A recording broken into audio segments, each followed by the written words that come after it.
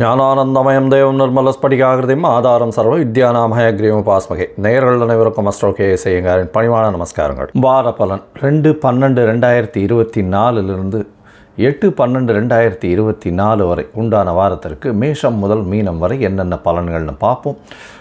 அதற்கு முன்னாடி இந்த வாரத்தில் இருக்கக்கூடிய கோல்சாரம் என்ன, இந்த வாரத்தில் வரக்கூடிய விசேஷ நாட்கள் என்ன, அது தவிர இந்த வாரத்தில் எந்தெந்த ராசிக்காரர்களுக்கு சந்திராஷ்டமம், இந்த மாதிரி வருஷப்படுத்தி பார்க்கலாம்.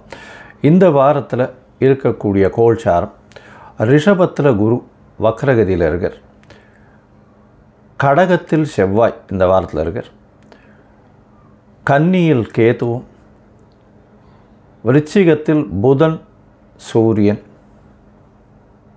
தனுசுவில் சுக்கிரன், கும்பத்தில் சனி, மீனத்தில் ராகு. இந்த வாரத்தில் பார்த்தாலேயானால் செவ்வாய் வக்ரகதி அடைகிறார். இன்றைக்கி 3/12/2024 அன்றைக்கி, அதாவது நீச்சமாக இருந்து வக்ரம் பெறதுனால அது ஆட்சி உச்சத்திற்கு சமம் அப்படின்னு சொல்லக்கூடியது. அதனால் செவ்வாய் இந்த வாரம் உங்களுக்கு பெரிய ஏற்றத்தை கொடுக்க போகிறார். எல்லாருக்குமே செவ்வாயினால் பெரிய மாற்றங்களும் ஏற்றங்களும் உருவாகும். அது தவிர பார்த்தீங்களேனால் சுக்கிரன் எவ்வளவு நாளாக தனுசில் இருந்தவர் 3/12 அன்னைக்கு மகரத்துக்கு போகிறார். இதுவும் ஒரு பெரிய ஏற்றம். காலபுருஷ தத்துவத்தின் 10வது இடத்துல சுக்கிரன் போகிறது பெரிய விசேஷத்தை கொடுக்கும். அதனால் என்னென்ன மாற்றங்களை கொடுக்க போகிறார் ஒரு ராசிக்குன்னு பார்க்கலாம். சரி, இந்த வாரத்தில் வரக்கூடிய விசேஷ நாட்கள் என்ன அப்படின்னு பார்த்தோம்னா, இந்த வாரத்தில் வர சதுர்த்தின்னா என்ன அப்படின்னா வரங்களை அள்ளித்தரும் சதுர்த்தி. பொதுவாகவே பார்த்தோம்னா சங்கடஹர சதுர்த்தி அப்படின்னு சொல்லுவோம், வர சதுர்த்தின்னு சொல்லுவோம். 2 வகையான சதுர்த்திகள்.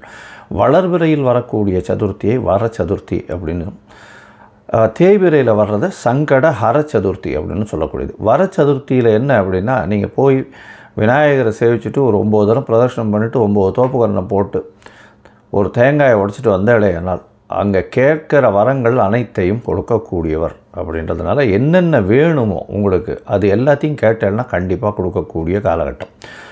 இந்த வர சதுர்த்தி என்றைக்கு வருது அப்படின்னு பார்த்தோம்னா 5ஆம் தேதி அன்றைக்கி, 5/12/2024 அன்றைக்கி வர சதுர்த்தி. அன்றைக்கி அருகில் இருக்கக்கூடிய விநாயகப் பெருமானை சேவிச்சுட்டு வர்றது பெரிய விசேஷம். அதற்கு அடுத்த நாள் சஷ்டி விரதம் இருக்கிறது. சதுர்த்தி கொஞ்ச நேரம் தான் இருக்குது, அதுக்கப்புறம் சஷ்டி விரதம் வந்துடுறது அடுத்த நாள் அன்றைக்கி, அதாவது 6ஆம் தேதி அன்றைக்கி சஷ்டி விரதம். குழந்தை பிராப்திக்கு பார்த்து கொண்டு இருப்பவர்கள் சஷ்டி விரதம் இருக்கிறது ரொம்பவும் விசேஷம். சஷ்டியில் விரதம் இருந்தால் அகப்பையில் வரும்னு சொல்லக்கூடியது. அது தவிர பார்த்தீங்கன்னா சஷ்டி விரதத்தினால எல்லாவித துன்பங்களும் உடல்நிலையில் ஏற்றம் வரும். ஏன்னா வளர்பிறையில் வர்றதுனால. அதை தவிர கடன் எல்லாமே கழியக்கூடிய வாய்ப்பு, எதிரிகள் அற்ற நிலை இருக்கக்கூடிய காலகட்டம், இது எல்லாமே வரக்கூடிய வாய்ப்புகள் நிச்சயமாக உண்டு.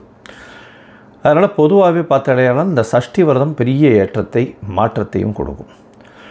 இந்த வாரத்தில் பார்த்தாலேயானால் எந்தெந்த ராசிக்காரர்களுக்கு சந்திராஷ்டமம்னு பார்த்தாலும் மேஷம், ரிஷபம், மிதுனம், கடகம், இந்த 4 ராசிக்காரர்களுக்கும் சந்திராஷ்டமம் அப்படின்னா என்ன அப்படின்னும்பொழுது உங்களுடைய பிறந்த ராசிக்கு கோல்சார பிரகாரம், இன்றைய கோல்சார பிரகாரம் 8ஆம் இடத்துல சந்திரன் மறையக்கூடியதை சந்திராஷ்டமம்னு சொல்கிறோம்.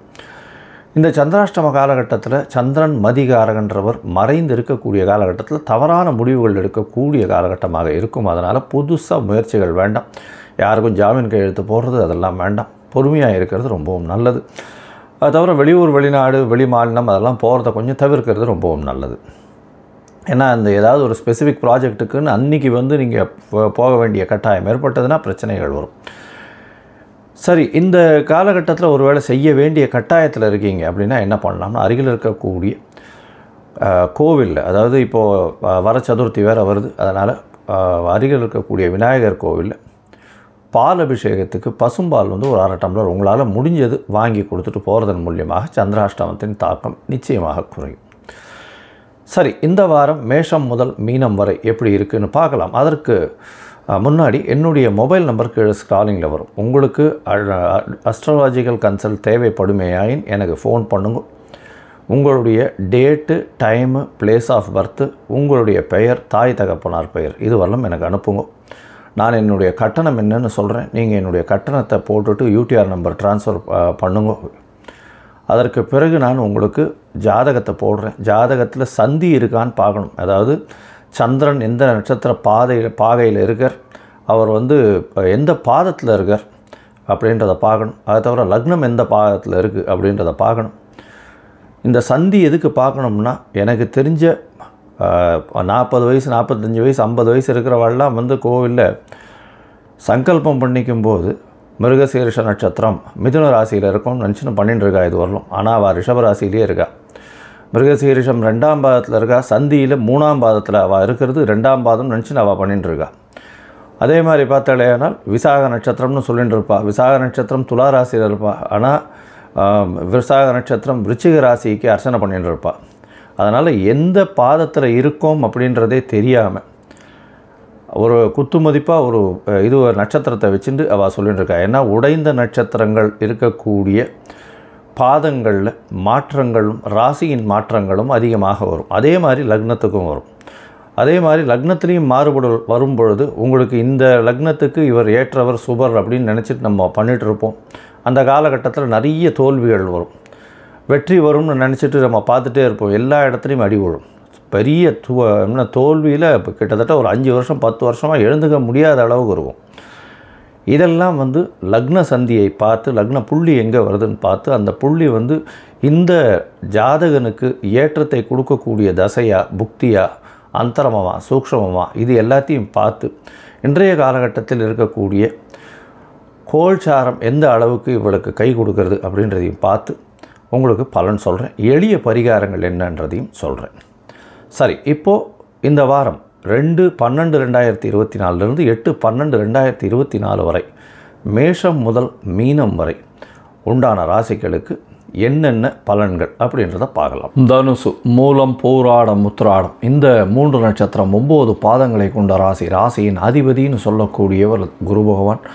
ராசிக்கு 6ஆம் இடத்துல இருக்கார். ராசிக்கு 6ஆம் இடத்துல வக்ரம் பெற்று இருக்கார். இப்போ என்னென்னா, உங்களுடைய ராசிநாதன் 6ஆம் அதிபதியான சுக்கிரன் உங்களுடைய ராசியிலேயே சுக்கிரன் இருக்கார். பரிவர்த்தனை யோகம் இருக்குது. இது வந்து அது நல்ல ஏற்றம் கிடையாது. ஏன்னா உங்களுடைய ராசியிலேயே சுக்கிரன் வந்து இருந்து பரிவர்த்தனையாகி குரு பகவான் வக்ரகதியில் உங்கள் ராசியில் இருக்கிறதன் மூலியமாக உடல்நிலையில் சற்று பிரச்சனைகள் வரக்கூடிய வாய்ப்புகள் உண்டு. 6ஆம் இடத்துல இருக்கக்கூடிய குரு வக்ரகதி அடைகிறது நல்லது.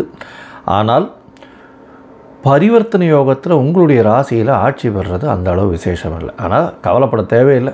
3ஆம் தேதி அன்னைக்கு, இந்த வாரம் பார்த்தேன்னா 3ஆம் தேதி அன்னைக்கு சுக்கிரன் மாறிவிடுறார். அதனால் 6ஆம் இடத்தில் வக்ரம் பெற்ற குரு மட்டுமே. அதனால் 3ஆம் தேதியிலிருந்து உங்களுக்கு நல்ல ஏற்றமான காலம். புதிய வேலை கிடைக்கும். அது தவிர கடன்கள் எல்லாம் வந்து கம்மியாகக்கூடிய வாய்ப்பு உண்டு. அது தவிர ஏற்றமான விஷயங்கள் நிச்சயமாக நடக்கும். ராசிக்கு 2ஆம் இடத்துல வந்து, அதாவது 3ஆம் இடத்துல இருக்கக்கூடிய சனி பகவானும் நல்ல ஒரு ஏற்றத்தில் இருக்கார். நல்ல புது முயற்சிகள் எல்லாமே வெற்றி பெறும். கவலைப்படவே தேவையில்லை. அது தவிர பார்த்தீங்கன்னா 4ஆம் இடத்துல ராகு பகவான் இருக்கார். தாயின் உடல்நிலையில் சற்று கவனமாக இருக்கணும். தாயின் உடல்நிலையில் கவனம் தேவை. ஆனால் நல்ல ஒரு ஏற்றம் கிடைக்கக்கூடிய காலகட்டம். புதிய வீடு மனை வாங்கக்கூடிய பாக்கியம் நிச்சயமாக உண்டு. ராசிக்கு 8ஆம் இடத்துல உங்களுடைய ராசிக்கு 5ஆம் அதிபதி 5/12 அதிபதி 8ஆம் இடத்துல போய் நீச்ச பெற்று இருக்கார். இந்த வாரம் ஆரம்பிக்கும்பொழுது 3ஆம் தேதி அன்றைக்கி பார்த்தோன்னா நீச்ச வக்ரம் பெறார். அதனால் வந்து உங்களுடைய ராசிக்கு 5ஆம் அதிபதி 8ஆம் இடத்துல நீச்ச வக்ரம் பெறதுனால உச்சம் பெற்றதற்கு சமமாக எடுத்துக்கொள்ளணும். 8ஆம் இடத்துல உச்சம் பெற்று போகிறதுனால திடீர்னு வெளிநாடு போகக்கூடிய பாக்கியமும், வெளிநாட்டிலிருந்து நல்ல செய்தி வரக்கூடிய பாக்கியமும், மறைந்த இடத்துலேருந்து உங்களுக்கு பணம் அதிகமாக வரக்கூடிய பாக்கியமும், எதிர்பாராத இடத்துலேருந்து திடீரென்று பணம் வரக்கூடிய காலகட்டமாக இந்த வாரம் அமைய போகிறது. இந்த வாரத்தில் உங்களுடைய ராசிக்கு பார்த்தேன்னா 10ஆம் இடத்துல கேது பகவான். புதிய தொழில் அமையக்கூடிய வாய்ப்புகள் நிச்சயமாக உண்டு. புதிய தொழில் அமையக்கூடிய வாய்ப்புகள் உண்டு. அது தவிர உங்களுடைய ராசிக்கு 12ஆம் இடத்துல சூரியனும் புதனும் இருக்கா. இதனால் 10ஆம் அதிபதி 12ஆம் இடத்துல இருக்கிறதுனால தொழில் மூலியமாக சிறு சிறு செலவுகள் இருக்கும். அது தவிர 12ஆம் இடத்துல சூரியன் இருக்கிறதுனால உங்களுடைய ராசிக்கு 9ஆம் அதிபதி 12ஆம் இடத்துல இருக்கிறதுனால தாயின் உடல்நிலையில் தந்தையின் உடல்நிலையில் சற்று பின்னடைவும், வெளிநாடு போகணுன்னு பார்த்துட்டு இருக்க வாழ்க்கை சற்று பின்னடைவு இருக்கக்கூடிய, படிக்கிறதுக்குன்னு வெளிநாடு போகணுன்னு பார்த்துட்டு இருக்க வாழ்க்கை சற்று பின்னடைவு அடையக்கூடிய வாய்ப்புகள் நிச்சயமாக உண்டு. இந்த வாரம் பார்த்தாலேயானால் சந்திர பகவான் உங்களுடைய ராசிக்கு 8ஆம் அதிபதி உங்களுடைய ராசிக்கு 12ஆம் இடத்துல இந்த வாரத்தை ஆரம்பிக்கிறார். 2/12/2024 8/12/2024 வரை உண்டான வாரத்தில் 2ஆம் தேதி மாலை ஒரு 4:30 மணி வரலும் சந்திரன் உங்களுடைய ராசிக்கு 12ஆம் இடத்துல இருக்கார்.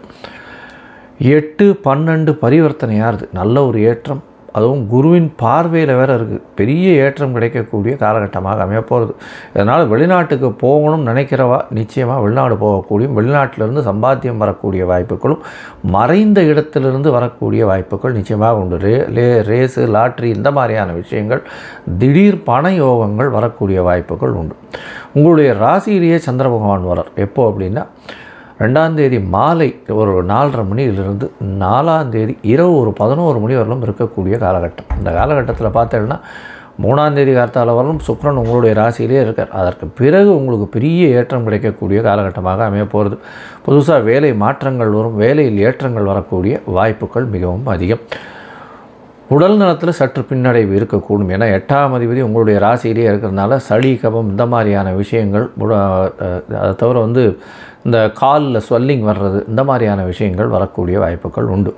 உங்களுடைய ராசிக்கு பார்த்தீங்கன்னா 2ஆம் இடத்துல சந்திர பகவான் வரார். சந்திர பகவான் 2ஆம் இடத்துல வரும்போது பார்த்தீங்கன்னா 4ஆம் தேதி இரவு 11 மணியிலிருந்து 7ஆம் தேதி காலை ஒரு 4:30 மணி வரலும் இருக்கக்கூடிய காலகட்டம். சுக்கிரனோடு சேர்ந்திருக்கக்கூடிய காலகட்டம். சுக்கிரனோடு சேர்ந்திருக்கிறதுனால சுக்கிரனும் சந்திரனும் சேர்ந்திருக்கிற 8ஆம் அதிபதியும் 6ஆம் அதிபதியும் சேர்ந்து 2ஆம் இடத்துல இருக்கிறதுனால பெருத்த தனம் வரக்கூடிய வாய்ப்பும் குருவின் பார்வையில் இருக்கிறது பெரிய விசேஷத்தை கொடுக்க போகிறது. பெருத்த தனம் வேலையின் மூலியமாக வெளிநாடு போகக்கூடிய பாக்கியம் கிடைக்கும். அது தவிர பெருத்த தனம் வரக்கூடிய வாய்ப்புகள் நல்லபடியாக இருக்கும். குடும்பத்தில் நல்ல ஒரு சந்தோஷம் நிலவும், பேச்சில் நல்ல ஒரு ஏற்றம் கிடைக்கக்கூடிய காலகட்டமாக இருக்கும். உங்களுடைய ராசிக்கு 3ஆம் இடத்துல சந்திர பகவான் போடுற அது 7ஆம் தேதியிலிருந்து 9ஆம் தேதி கார்த்தால ஒரு 8 மணி வரலும் இருக்கக்கூடிய காலகட்டமாக அமையிறது. சனியோடு சேர்ந்து இருக்கிறதுனால புனர்ப்பு யோகமாக இருக்குது. 8ஆம் அதிபதி 3ஆம் இடத்துல போகிறது பெரிய விசேஷம். அதனால் உங்களுடைய முயற்சிகள் எல்லாமே வெற்றி பெறும். சிறு சிறு தடங்களுக்கு பிறகு அது வெற்றியை கொடுக்கும். நிறைய முயற்சிகள் எடுப்பீங்க, எல்லா முயற்சிகளும் வெற்றி பெறக்கூடிய வாய்ப்புகள் நிச்சயமாக உண்டு.